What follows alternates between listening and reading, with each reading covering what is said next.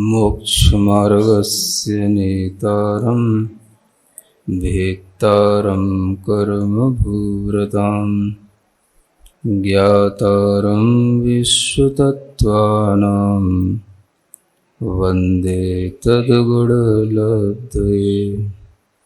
देवादिदेव आदिम तीर्थंकर श्री ऋषभनाथ भगवान की, वर्तमान शासन नायक श्री वर्धमान महावीर भगवान की, परम पूज्य आचार्य गुरुवर श्री विद्यासागर जी महाराज जी की। तत्व सूत्र ग्रंथराज में ध्यान का वर्णन करते हुए शुक्ल ध्यान का वर्णन करने का क्रम चल रहा है। शुक्ल ध्यान के 4 भेद आप लोगों को कल नाम के माध्यम से बताए थे। आज उन्हीं का थोड़ा सा विवरण किया जाता है। पहला शुक्ल ध्यान का नाम है पृथक्त्व वितर्क विचार। पृथक्त्व माने अलग अलग, जहाँ पर भिन्न पने से वितर्क का मतलब आगे बताया जाएगा। हमारे मन के अंदर जो श्रुति ज्ञान के माध्यम से जो विचार चलता है उसको वितर्क कहते हैं, और उस वितर्क के द्वारा जो विचार होता है, यानी आगे बताया जाएगा कि जिसमें संक्रमण भी संभव होता है अनेक चीज़ों में, उसको पृथक्त्व वितर्क विचार नाम दिया जाता है। तो पृथक्त्व वितर्क विचार में एक तो भिन्न भिन्न पना है ध्येय का।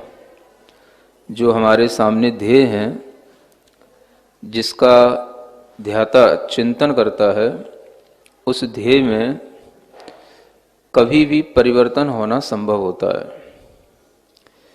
मतलब कि ध्यान के अंदर भी ध्येय स्थिर नहीं रहता है। वह ध्येय द्रव्य रूप भी हो सकता है, गुण रूप भी हो सकता है, पर्याय रूप भी हो सकता है।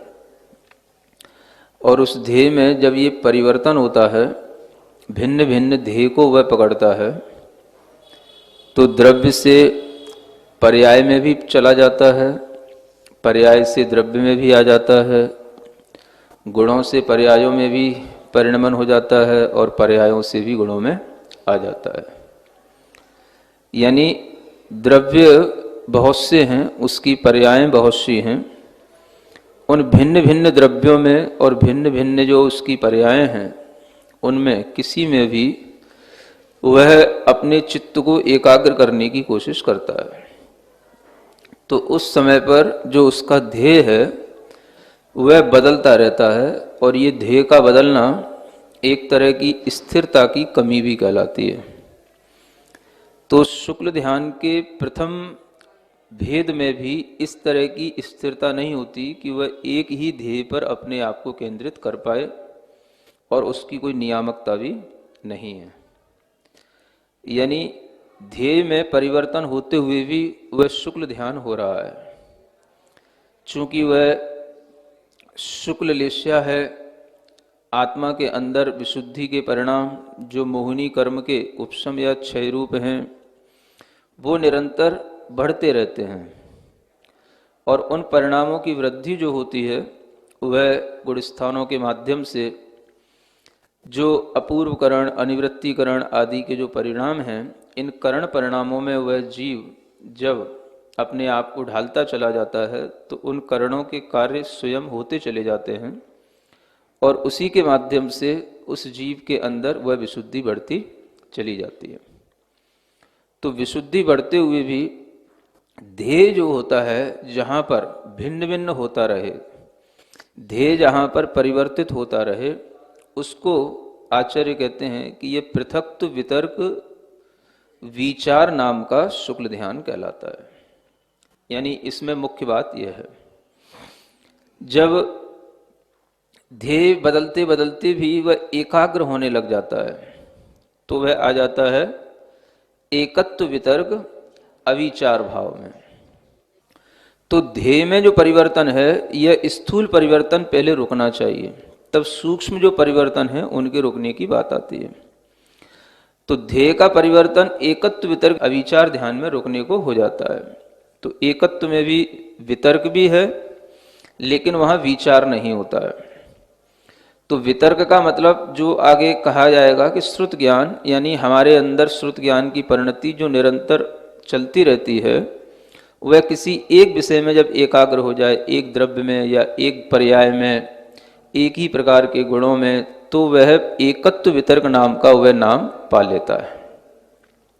यानी प्रथम दो शुक्ल ध्यानों में अंतर जो मुख्य रूप से है वह इसी बात का है कि एक में ध्येय बदल रहा है, द्रव्य से द्रव्यांतर हो रहा है, पर्याय से भी पर्यायांतर हो जाता है या पर्याय से द्रव्य रूप भी हो जाता है, लेकिन एकत्व वितर्क में वह ध्येय एक ही हो जाता है। इतना ध्यान में रख करके जो विशेषताएं हैं वो आगे सूत्र में खुद बताई जाएंगी।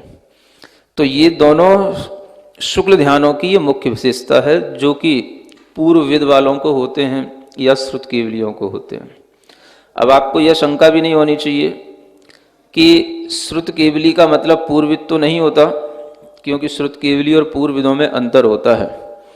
लेकिन फिर भी पूर्वविद कहने से श्रुत केवलियों को ही ग्रहण कर लिया जाता है, क्योंकि पूर्वविद में 14 पूर्व वाले भी आ गए हैं, 10 पूर्व वाले भी आ जाते हैं और 9 पूर्व वाले भी आ जाते हैं। और जब हम श्रुत केवली कहेंगे तो उसमें 14 पूर्व वाले ही आते हैं, क्योंकि श्रुत केवली 14 पूर्व के ज्ञाता होते हैं।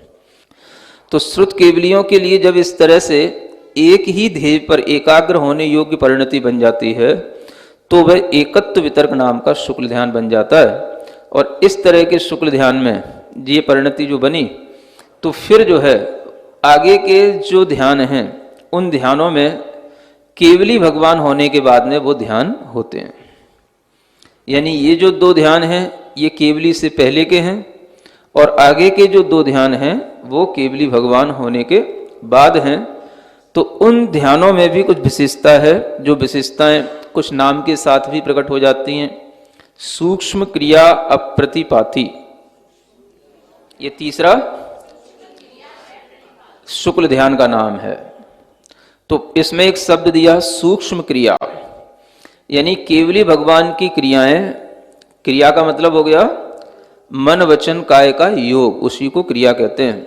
वह केवली भगवान के जो तीनों योग हैं जब बिल्कुल सूक्ष्म हो जाएं, तब जाकर के उस सूक्ष्म योग में ही स्थित होने पर जो ध्यान होता है उसका नाम है सूक्ष्म क्रिया अप्रतिपाती। तो योगों की जो सूक्ष्मता होती है वो तब होती है जब केवली भगवान अपनी आयु के अंतिम पड़ाव में हो, एक अंतर मुहूर्त उनका शेष बचा हो, उस समय पर वह समुद्घात की प्रक्रिया करते हैं।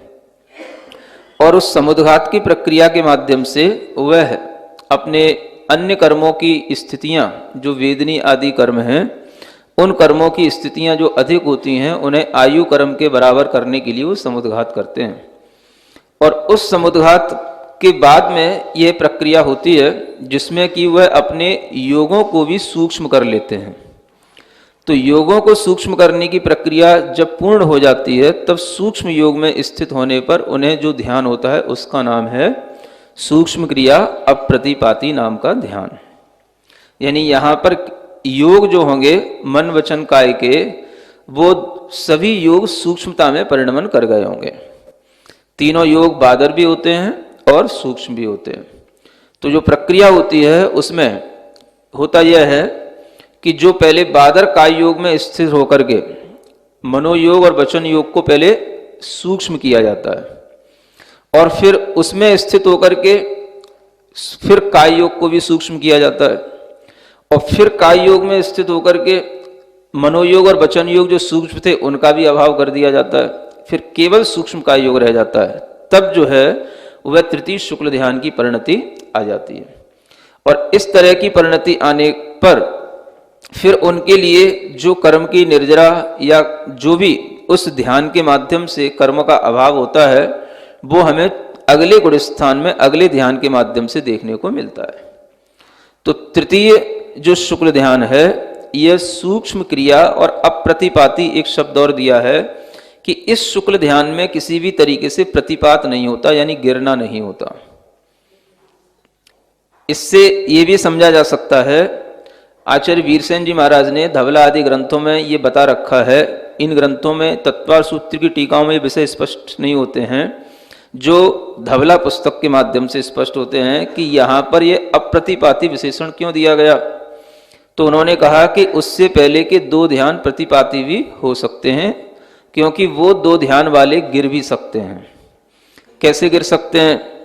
तो आचार्यों ने ये भी माना है कि ये जो दोनों ध्यान हैं, पृथक्त्व वितर्क और एकत्व वितर्क, ये दोनों ध्यान 11वें गुण स्थान में भी हो सकते हैं और 12वें गुण स्थान में भी हो सकते हैं। ये एक और विशेष सिद्धांत है जो इस परंपरा से आपको ज्ञान में नहीं आएगा, वो आचार्य वीरसेन महाराज की धवला आदि पुस्तकों के माध्यम से ज्ञान में आता है।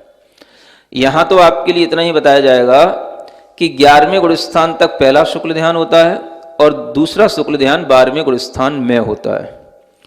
तो आचार्य वीरसेन महाराज वहां धवला आदि पुस्तक में ये भी बताते हैं कि 12वें गुण स्थान के प्रथम समय में भी कुछ यह परिवर्तन संभव होने के कारण से वहां पर पहला शुक्ल ध्यान संभव है और 11वें गुण स्थान में भी दूसरा शुक्ल ध्यान संभव है। और जब इस तरह की संभावना बन जाती है तो ये अप्रतिपाती विशेषण अच्छी ढंग से घटित हो जाता है कि 11वें गुण स्थान में जैसे दूसरा शुक्ल ध्यान हुआ है वो नीचे गिरेगा तो दोनों शुक्ल ध्यान प्रतिपाती हो जाते हैं, केवल तीसरा जो शुक्ल ध्यान है वही अप्रतिपाती होता है। और चौथा शुक्ल ध्यान जब 13वें गुण स्थान का अंत होता है तब तो तृतीय शुक्ल ध्यान हो गया, और उसी अंत में जब वो 14वें गुण स्थान में पहुंच जाते हैं तो वो अयोगी अवस्था में अयोगी केवली के लिए ये चतुर्थ शुक्ल ध्यान है। तो वहां पर योग भी नहीं रहे, सूक्ष्म काय योग था वो भी 13वें गुण स्थान तक ही रहेगा, वो भी नष्ट हो जाएगा। मन वचन काय तीनों नष्ट हो गए, तीनों की प्रवृत्तियां रुक गई, योगों का अभाव हो गया। जो योगों के माध्यम से आत्म प्रदेशों में परिस्पंदन होता था उनसे जो निवृत्ति होती थी, रचना होती थी, वो रचना भी आत्म प्रदेश परिस्पंदनों की वो भी छूट गई, टूट गई। इसीलिए उसका नाम समुच्छन्न या विपरीत ऐसे दो शब्द उसके आगे लगाए जाते हैं। तो क्रिया की निवृत्ति हो जाना, अब उसमें सभी क्रियाओं की निवृत्ति हो जाती है। एक तो मन वचन काय की क्रियाएं भी उनके माध्यम से जो इस आत्म प्रदेशों में परिस्पंदन होते थे वो भी रुक गए। श्वासोच्छ्वास भी जो होती है वो भी एक क्रिया होती है, वो भी श्वासोच्छ्वास संयोग केवली तक रहती है, चलती रहती है, क्योंकि वो भी उनके लिए काय योग के माध्यम से एक प्रक्रिया है बनी रहती है। तो वो भी जो है अयोगी होने पर वो भी छूट जाती है, क्योंकि अयोग होने का मतलब ही है कि अब मन वचन काय की किसी भी तरह की कोई भी एक्टिविटी नहीं होगी। उसके माध्यम से जो आत्मा के प्रदेशों में परिस्पंदन होता था वो अब कुछ भी नहीं होगा। तो अब वहां पर पूरे योगों की क्रियाएं रुकने के कारण से वह सब जो मन वचन काय की आत्म प्रदेशों के परिस्पंदन के साथ प्रवृत्ति होती थी वो सब रुक गई। इसलिए उसका नाम बन जाता है विपरीत, माने छूट जाना, क्रियाओं की निवृत्ति हो जाना, या क्रियाओं का निवर्तन या रचना जो होती है जो आत्म प्रदेशों में होती थी वो अब जो है छूट गई, विपरीत हो गई या समुच्छिन्न हो गई, माने उसका अभाव हो गया। इस तरह से इस चौथे शुक्ल ध्यान का नाम सार्थक बन जाता है, जिसे कहते हैं विपरीत क्रिया निवृत्ति या समुच्छिन्न क्रिया निवृत्ति। निवृत्ति नाम का ये जो ध्यान है ये भी बन जाता है। अब कहीं कहीं पर निवृत्ति भी आता है, कहीं कहीं पर निवृत्ति भी कहते हैं। तो निवृत्ति भी जो है एक तरीके से रोकने का नाम है और निवृत्ति जो होता है वो रचना करने का नाम है। तो इन दोनों में जो अंतर आ जाता है वो दोनों ही प्रकार की प्रक्रियाएं समुच्छिन्न हो जाना यानी छूट जाना या अभाव को प्राप्त हो जाना, उसी के कारण से उसको चतुर्थ शुक्ल ध्यान यह कहा जाता है। तो ये 4 शुक्ल ध्यान हैं। इन 4 शुक्ल ध्यानों में तृतीय शुक्ल ध्यान तो हुआ 13वें गुण स्थान में और चौथा शुक्ल ध्यान हुआ 14वें गुण स्थान में। अब हम इन चारों शुक्ल ध्यानों को फिर से दोहराते हुए क्रम देखें कि इसका फल हमें कहाँ मिलता है और इन 4 शुक्ल ध्यानों के काम क्या हैं। अगर आपसे पूछा जाए कि पहले शुक्ल ध्यान ने क्या किया, पहले शुक्ल ध्यान का काम क्या है, पहले शुक्ल ध्यान से क्या उपलब्धि हुई, उसका फल क्या है, किस गुण स्थान में है, तो क्या बताएंगे आप? प्रथम शुक्ल ध्यान का मुख्य फल मुख्य रूप से तो मोह का उपशमन है, क्षय भी हो जाता है, ये भी हो सकता है। और मुख्य रूप से दूसरे शुक्ल ध्यान का जो फल है वो क्या है? घातिया कर्मों का नाश करके केवल ज्ञान की प्राप्ति कर देना। माने हमें दूसरे शुक्ल ध्यान का जो फल दिखाई देगा तो वो किस रूप में दिखाई देगा? केवल ज्ञान की प्राप्ति हो जाना, माने 13वें गुण स्थान में पहुंच जाना। तो द्वितीय शुक्ल ध्यान का फल हमें 13वें गुण स्थान में दिखाई देगा। काम द्वितीय शुक्ल ध्यान का होगा, वो 12वें गुण स्थान में होगा, क्योंकि द्वितीय शुक्ल ध्यान 12वें गुण स्थान में हो रहा है, क्षीणमो गुण स्थान में हो रहा है। जब वो 13वें गुण स्थान में भी वहां पर पहुंच करके उस स्थिति में रुके रहते हैं अरिहंत भगवान, केवली भगवान के रूप में, तो उस 13वें गुण स्थान में भी अनेक तरह की प्रक्रियाएं जब समुद्घात आदि के माध्यम से चलती हैं, तो उनसे भी वो कर्म की निर्जरा करते हैं। और बाद में भी वह जब अपनी आयु में कुछ समय शेष बचता है, तब भी वह अपनी सूक्ष्म क्रिया में स्थित होकर के जब ये ध्यान करते हैं, तब उनके द्वारा भी कर्म की वह क्षपणा की प्रक्रिया निरंतर चलती रहती है। और वो सबसे ज्यादा कर्म का जो क्षय होता है वो अयोगी केवली गुण स्थान में जाकर के होता है। तो इस तरह से यह 13वें गुण स्थान में जो ध्यान होता है उसका नाम हो गया सूक्ष्म क्रिया अप्रतिपाती। ये तृतीय शुक्ल ध्यान हो गया। कौन से गुण स्थान में? और उसका फल हमें मिला तो कहां मिला? 14वें गुण स्थान में पहुंचा देना। फिर 14वें गुण स्थान में जो ध्यान होगा उसका नाम विपरीत क्रिया निवर्ती, और उसका फल हमें मिलेगा तो कहां मिलेगा? सब प्रकार से कर्मों का क्षय करके आत्मा को शुद्ध बना करके उसे मोक्ष में पहुंचा देना। ये चौथे शुक्ल ध्यान का फल है। तो इस तरीके से इन शुक्ल ध्यानों के ये कार्य होते हैं, ये ध्यान में रखते हुए आपको समझना है। समझ में आ रहा है? अब इतना जब आपके लिए परिभाषाएं सामान्य रूप से दिमाग में रहेंगी, तो अब आगे का जो सूत्र है वो सब आराम से समझ में आ जाएंगे। अब आगे का सूत्र पढ़ते हैं। त्रयेक योग काय योगा योगा नाम। हाँ, यहां पर अब ये बताया जा रहा है कि जो ये 4 प्रकार के शुक्ल ध्यान होते हैं, उन शुक्ल ध्यानों में योग का कितना आलंबन लेना पड़ता है, कौन से योग में कौन कौन से शुक्ल ध्यान होते हैं। तो सबसे पहले त्रि माने तीनों प्रकार के योगों में पहला शुक्ल ध्यान होता है। यानी पहले शुक्ल ध्यान में तीनों योग हो सकते हैं। शुक्ल ध्यान चल रहा है और योगों का परिवर्तन उसी शुक्ल ध्यान में तीनों का हो सकता है। काय योग भी हो सकता है, वचन योग भी हो सकता है, मनोयोग भी हो सकता है। एक नहीं हो सकता है, तीनों हो सकते हैं। यानी शुक्ल ध्यान की प्रक्रिया चल रही है और उसी में काय योग से मनोयोग भी हो गया, मनोयोग से वचन योग भी हो गया, वचन योग से काय योग भी हो गया। तो इस तरीके की प्रक्रिया एक ही ध्यान में जहां पर तीनों योगों की परिवर्तित हो जाए, मतलब इतना वहां पर फिर भी समय है। इससे क्या समझना कि वहां पर फिर भी अगर हम चारों शुक्ल ध्यानों का समय देखेंगे तो प्रथम शुक्ल ध्यान का समय अधिक मिलेगा, दूसरे का उससे कम, तीसरे का उससे भी कम और चौथे का उससे भी कम होगा। तो ये शुक्ल ध्यानों के समय की भी कमी हम इन्हीं प्रकार की इन जो काय योग आदि के ये जो आलंबन है उसी के माध्यम से समझ सकते हैं। मतलब प्रथम शुक्ल ध्यान में इतना समय है कि वहां पर तीनों योग परिवर्तित हो रहे हैं और ध्यान कौन सा चल रहा है? पहला है। तो तीनों योगों के आलंबन से भी पहला शुक्ल ध्यान चलता रहता है, इसलिए त्रियोग। लेकिन जैसे ही दूसरा शुक्ल ध्यान होगा तो उसमें शर्त है कि वह केवल एक योग के आलंबन से होगा।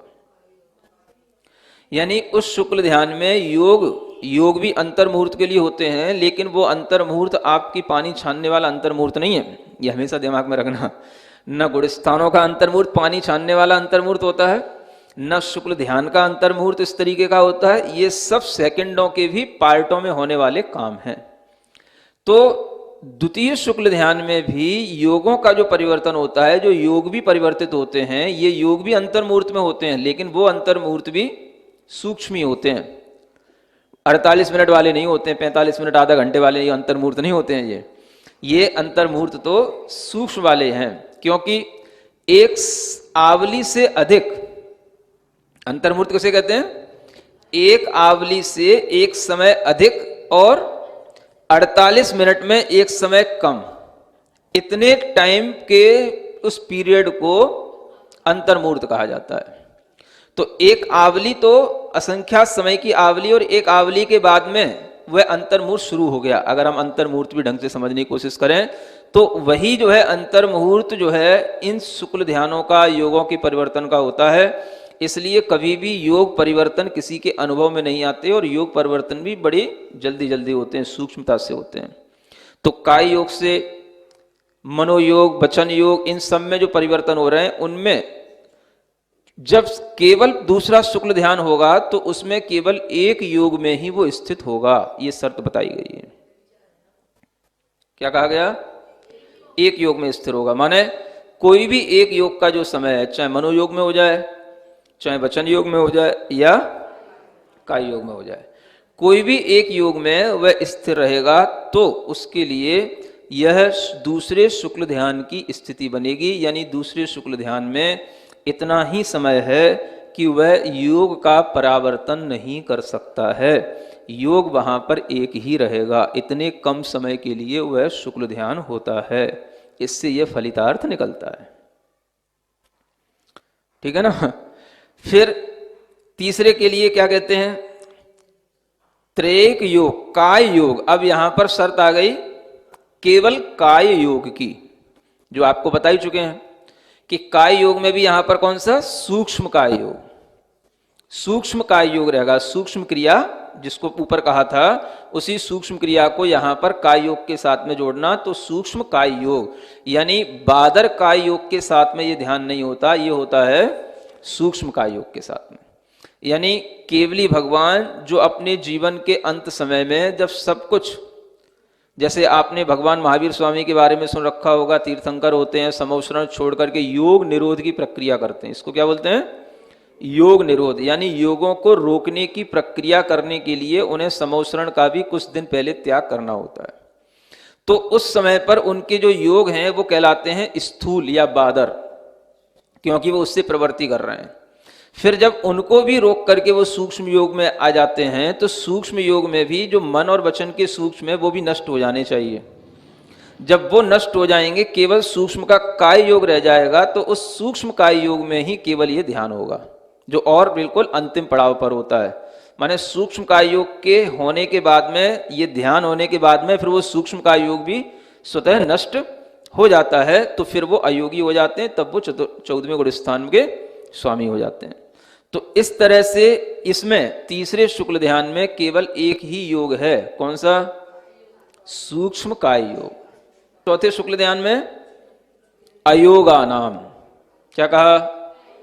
जो योगों से रहित हैं, ऐसे अयोग केवली के लिए ही यह अयोग होने का ये सौभाग्य मिलता है। और अयोग होने का मतलब हो गया अब उनका कोई भी काया से संबंध किसी भी रूप में नहीं रहा, छूट गया। उस समय पर आत्मा के प्रदेश स्थिर हो गए।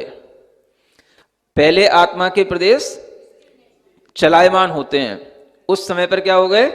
स्थिर हो गए, क्योंकि योगों से कारण से ही चलायमान होते हैं आत्मा के प्रदेश। आत्मा के प्रदेशों की जैसी संरचना बननी है वो सब बन गई।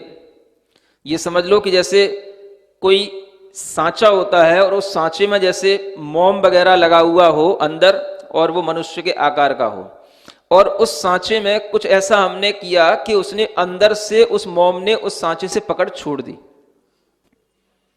ऐसे ही शरीर से पकड़ उस आत्मा ने छोड़ दी, योग से रहित हो गया, माने नौ कर्म से शरीर से वह बिल्कुल छूट गया।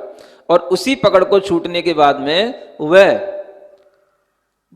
केवल 5 ह्रस्व अक्षर बोलने मात्र काल में उसके लिए सिद्ध गति की प्राप्ति हो जाती है। कितना कम समय रह गया? 5 ह्रस्व अक्षर प्रमाण काल, बस उसी में सबसे ज्यादा कर्म की निर्जरा होती है।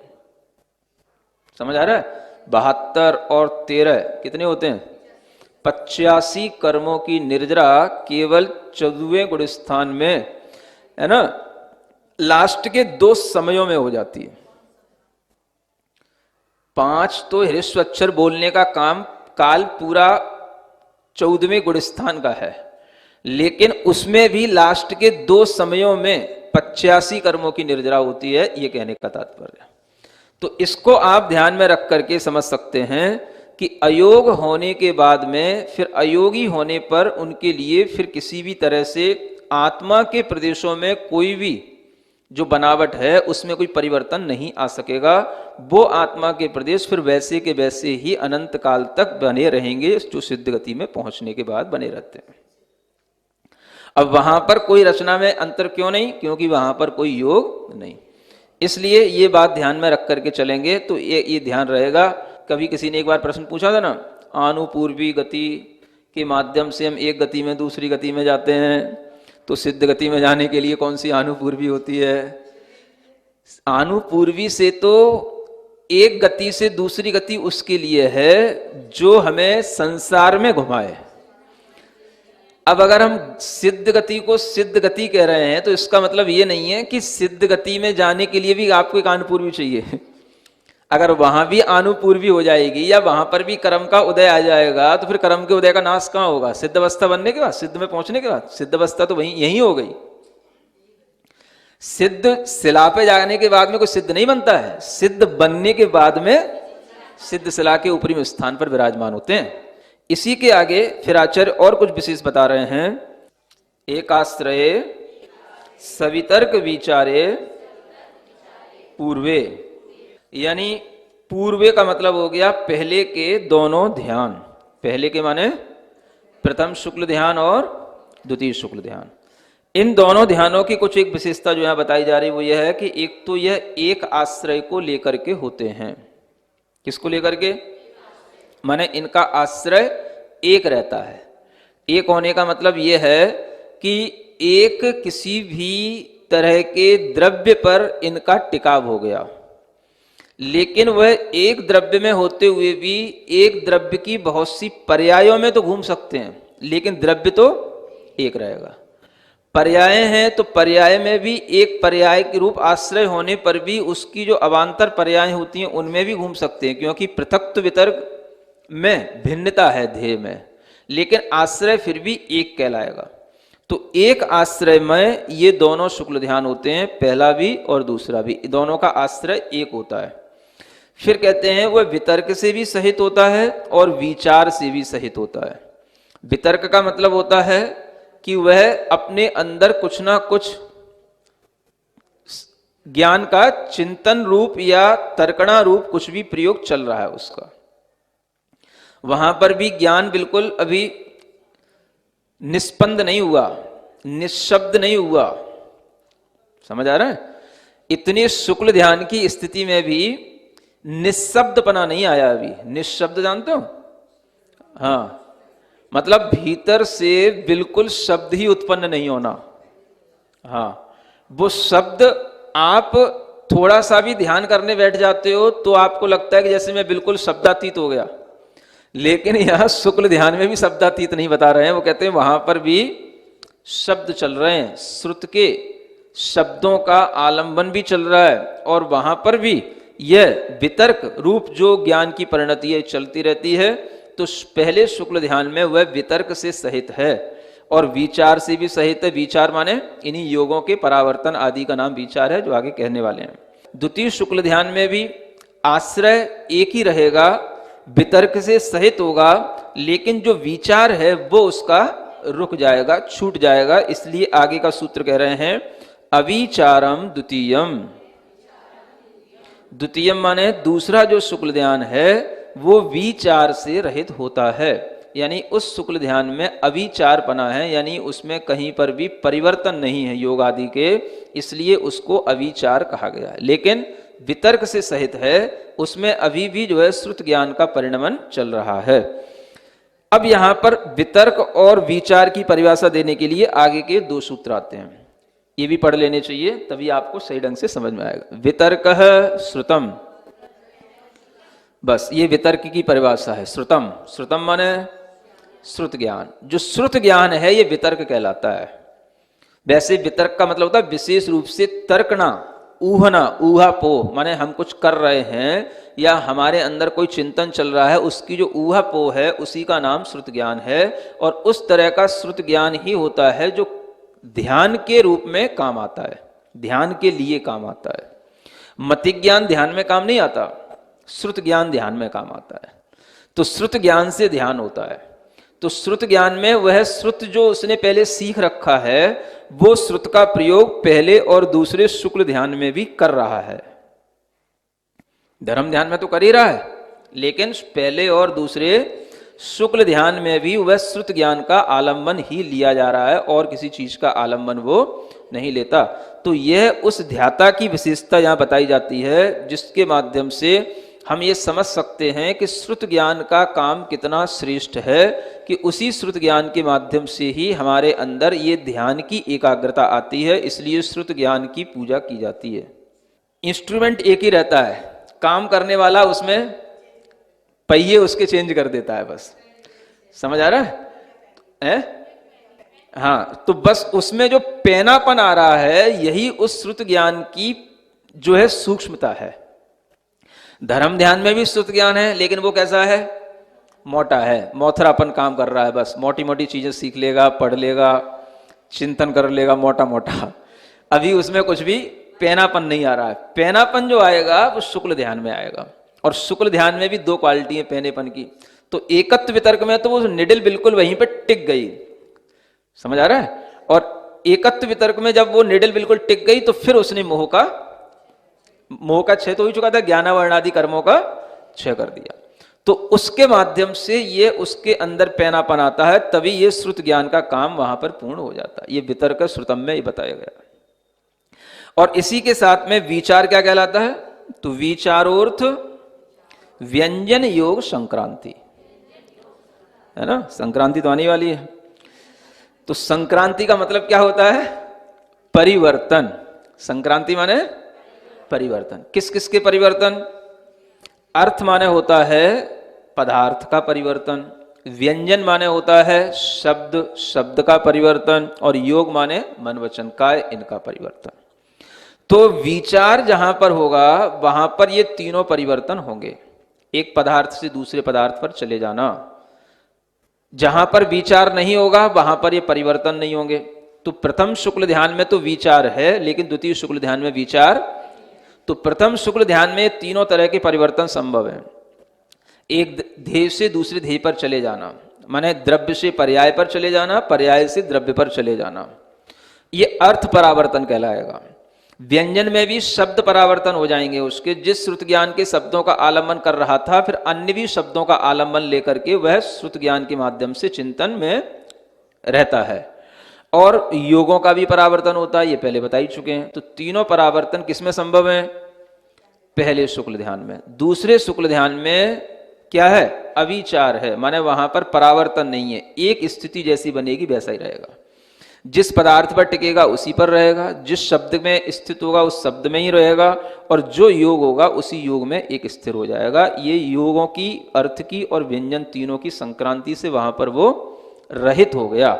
इसलिए जो दूसरा शुक्ल ध्यान है वो अविचार हो गया, माने संक्रांति संक्रमण से रहित हो गया। बाकी के फिर तो वितर्क का भी काम छूट गया। तीसरे शुक्ल ध्यान में तो श्रुत ज्ञान का काम ही छूट गया, तो किसी भी तरीके का चिंतन का, श्रुत ज्ञान का वो काम छूट गया। शब्द का कोई भी परिवर्तन होता उसका काम छूट गया। ध्येय तो पूरा का पूरा, उन्हें केवल ज्ञानी उनके सामने आ गया तो पूरा का पूरा, अब उन्हें कोई ध्येय की भी जरूरत नहीं है। इसलिए कहीं कहीं आचार्यों ने अंत के दो शुक्ल ध्यानों को उपचार से ध्यान कहा है, क्योंकि ध्यान की परिभाषा उसमें कोई घटित नहीं होगी। एकाग्र चिंता निरोध ध्यानम, अब वहां पे क्या एकाग्र चिंता करेंगे वो?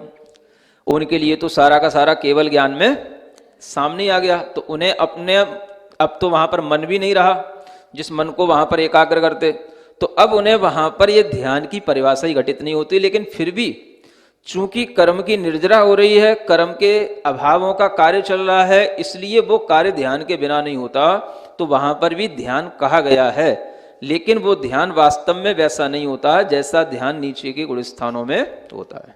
ये भी ध्यान में रखना कि केवली भगवान ध्यान कर रहे हैं, ध्यान करने बैठ रहे हैं तो ध्यान करने नहीं बैठ रहे हैं, वो ध्यान में तो हमेशा ही हैं, लेकिन उनके लिए वह ध्यान की प्रक्रिया बस अपने आप स्वतः ही वह प्रारंभ हो जाती है। और उस ध्यान को भी हम ध्यान इसलिए कहा क्योंकि उस ध्यान का हमें फल दिखाई दे रहा है।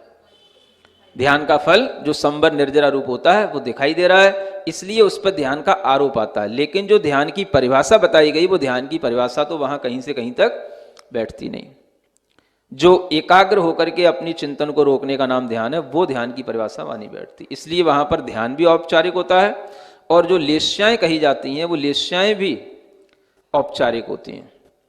क्योंकि जब तक वो भावों में परिवर्तन होता है, भावों से कषाय और योग की प्रवृत्ति अनुरंजित रहती है, तब तक तो वो लेस्या नाम पाता है।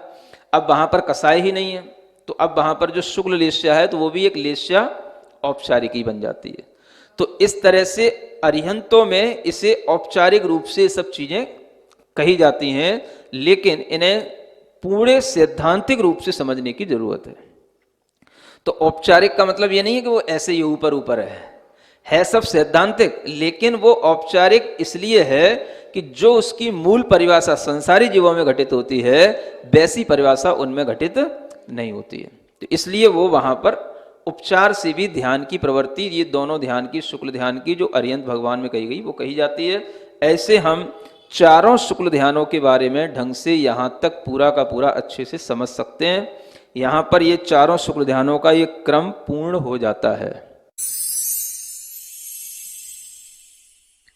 सिरिजिण वाणी जग कल्याणी जग जन मदतम मोहरी जणमण हारी गढ़हर हारी जम जरा भव रोग हरी तिथ्य राणम दिव्य झुणिम जो पड़ई सुणई मय्ये धारई राणम सौख मणंतम धरिय सासद मोक्ष पदम पावई सासद मोक्ष पदम पावई।